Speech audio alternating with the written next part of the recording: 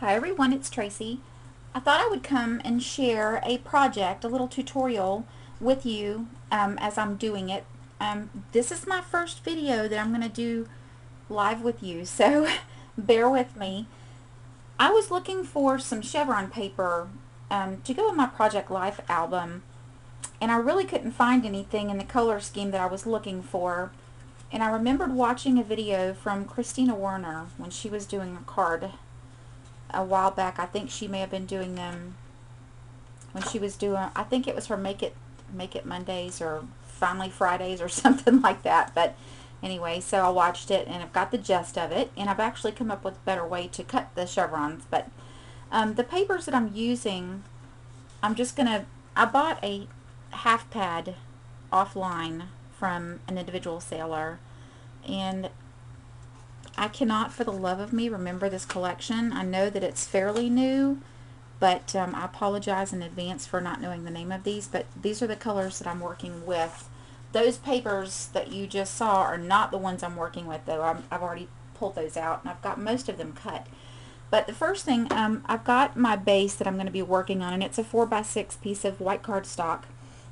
And the easiest way that I have found to cut a perfect angle is, now my strips are cut at 1/2 inch. I'm going to pull this out so you can see it. 1/2 inch strips. The length really doesn't matter because I'm going to be cutting on them, but I've seen people measure them out, and some of the cutting boards actually have the 45-degree angle. But if you take and they have to be right side up. If you take them and match them up corner to corner like that, okay, and while you're holding it, you want to cut from this corner to this corner. So once you do that, then both of your pieces are going to match perfectly because they were cut at the same time. So that's the beginning of one of my patterns. I've got one more I'm going to show you, and then I will go ahead and show you how I'm going to lay this out. So again, all you're going to do is just match corner to corner. This is a good way to miter too if you're wanting to fold a miter cut.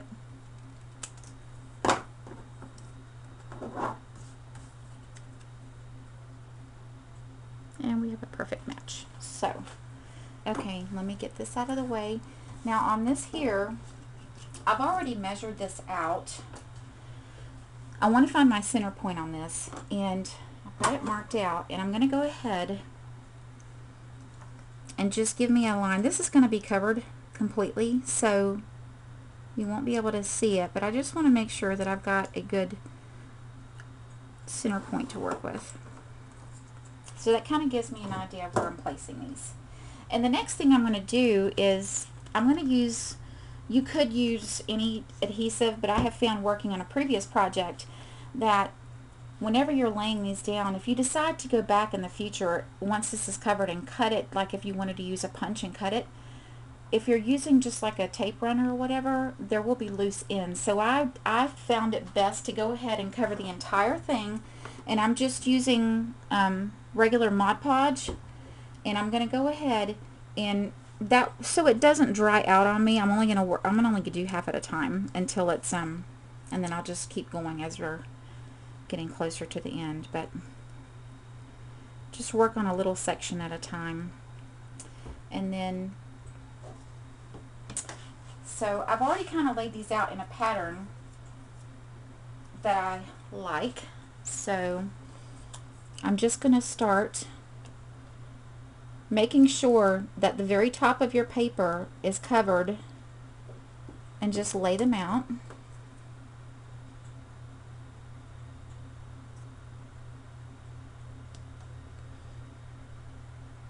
And you do have a little bit of time to work with the Mod Podge. At least you've got some time to make, if it starts to shift or whatever, to make sure you get it right. So this is really cool because you can take what kind of collections that you have. And I apologize for reaching across. I'm going to see if I can do this from a side angle. Now I understand why people who do these videos. They're rather tricky. I need to get up a better setup for my camera if I'm going to do this. So, but what I was saying is that you can take the collections that you already own and really customize them, you know, to make your own patterns and to make a whole brand new piece of paper, which is really cool. Okay. And I've been working this weekend. I am a very bad project lifer. I counted back and I am 4 months behind, and I had actually given up on it. And then after I started thumbing through my album, I decided I was not going to give up because I'd put in so much time and effort into it that I couldn't give up. So I'm pushing ahead. I'm still behind, but I've gotten a lot accomplished this weekend, and I've got a little inspiration to keep on track with it at least. Let's see. I did do a while back, and I didn't do a video on it, but I did do a different type of chevron, and that was taking I actually made the whole complete chevron pattern, and it was very time consuming. You started out with taking, you know, your paper strips and laying them out side by side, and then once you had that, you had to cut them in a different pattern, and then you took that pattern and shaped it into the chevron and stuff. It turned out really pretty and cool, but like I said, it was very time consuming. It took me the better part of an afternoon to do one like 5x7 strip of it. So after it was all said and done, and I'm like, this is a little bit easier to me. So this is almost kind of like quilting, I guess. I've never been a quilter, but I can imagine that quilting would be, they use a lot of piecing together in quilting, don't they? Okay, so you can see how this is coming together, and I think I need to add a little bit more Mod Podge on this.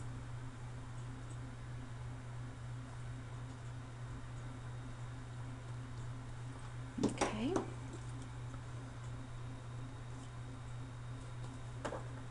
Now what I'm going to do is I'm going to go ahead and finish up these strips of paper, and then I will come back and I will show you when it's completed, and we'll finish it up from there. Okay, I finished with the end result so far. I've got everything glued down on the Mod Podge, and all you're going to do, I did want to show you at the end, you're going to have, once your points meet, you're going to have a little bit of card, like right here in this corner, left over, and all I did was cut off some pieces from up here and pull them down to here just to cover up that corner. And it's real simple, and you know, you'll actually have a lot left over to make a smaller tag if you want to. I won't throw these away, but all you want to do is just start trimming away.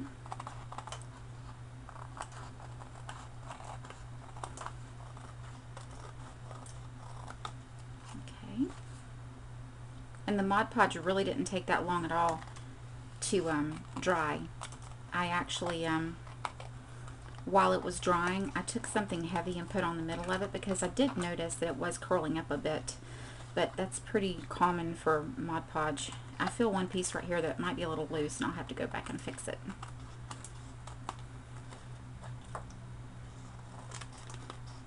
This is actually really, it's kind of fun. It's almost like a puzzle, you know? Okay.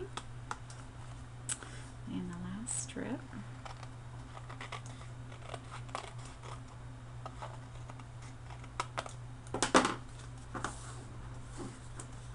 And there's your finished piece. Isn't that really pretty? And then you can take this and use it as is, which is what I'm going to do. Or you can take it and I would, if I was going to take this and manipulate it even further, I would lay a coat of Mod Podge over the top of it, and then you can take your punches if you want to, and you can cut out circles or squares or whatever you want to do. I don't think at the thickness that this is would go through any of the die cutting machines like a Cricut or anything, or a Silhouette. I'm pretty confident that it would go through like a manual die cutter, like a Sizzix, a Big Shot, Cuttlebug, something like that. But you may just have to, you know, watch your shims and stuff, because it's a pretty thick piece of paper now. So I just wanted to share that with you and see what you can come up with, and you know, maybe post a video response to mine so I can see what kind of pattern that you've come up with. Alright, I hope you've enjoyed my video, and I'll talk to you later. Bye.